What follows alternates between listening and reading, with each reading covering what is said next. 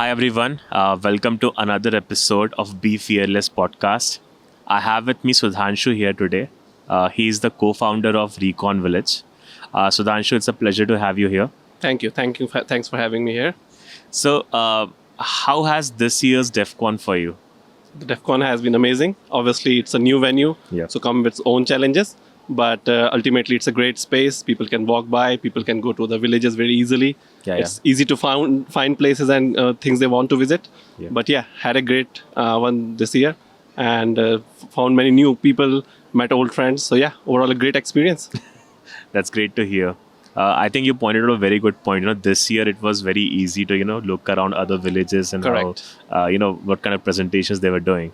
So I think to look on the positive side, that's I think definitely one of the great things that happened this year. True. Talking a bit about Recon.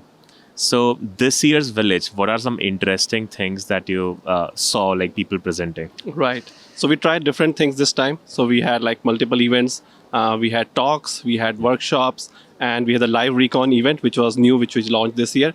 Talks-wise, we had some amazing talks, including one from SquareX as well, where we talked about secure web gateways, the issues around that, and there was a tooling around that as well.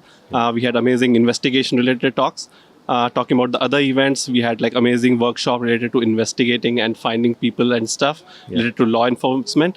And then we had live Recon, which was a couple of companies agreed to give access to allow people to find information about them. And I can't disclose what information they found, but there was something really, really interesting, which even we were amazed to see, even though we do that on a regular basis. So yeah, amazing findings, amazing outcomes. So we'll repeat that and make it bigger next year. That's good to hear. So like any particular plans for like the coming years? Yep, we want to make the live Recon event way bigger. Right. This was the experiment run. We had in mind that let's do a dry run, let's see what are the challenges, where do we fail. And we learned a lot of lessons, amazing outcome. But next year is going to be really, really big. We want to showcase what people are finding. Obviously, don't want to disclose too much, but there are a couple of interesting things that are coming up next year for sure. Looking forward to it. Definitely.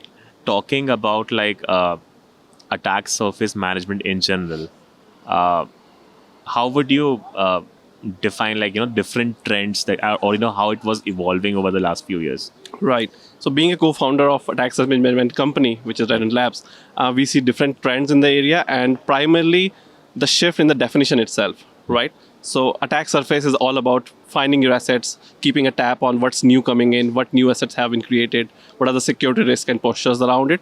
So now the attack surface itself or the asset definition itself is evolving. Earlier it was just limited to IPs, subdomains, right? Now there are mobile applications, there are GitHub accounts, there are social media accounts, there are public repositories, your data leaking through different channels, maybe Pastewin and other places. So these new asset classes need to be covered. These shadow IT classes need to be covered. So that is a big trend that we are seeing. Apart from that, data leaking on places which you can't even imagine, like on the web applications front end, right? Who thought that there could be credentials on a JS file, but they are, right? Yes. People are looking to brute force applications, finding their credentials on maybe leaked credentials websites, but now they are already present there. You don't need to brute force something. They're already existing. You just need to find the right place, right asset. So the type of assets and where we can find those data leaks is really changing, which we have seen in the last couple of years. So what do you think is like, something that CISOs of organizations should take care of in the coming years in respect to like the posture or in respect to, the attack surface? The visibility part, of course. Obviously, there are vulnerability scanners. There are tooling around finding your risks, right? But if you don't know something, you can't secure it, right? It's like there's a big room and which has a door, but you're not aware of it, so you can't secure it. So first and foremost, get that visibility. And to get that visibility, you need to understand what are the things that you need to secure, right? It's not just, again, as I mentioned, not just IP subdomains. Obviously, they are very important and they can lead to a breach.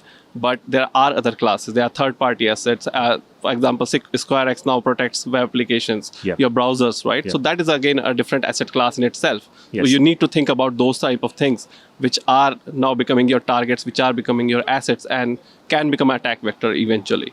So yeah, that's true. So knowing your posture is very important. Then only you will be able to protect them, right? Yes. I feel, this is one of those fields where newer trends sort of influence a lot.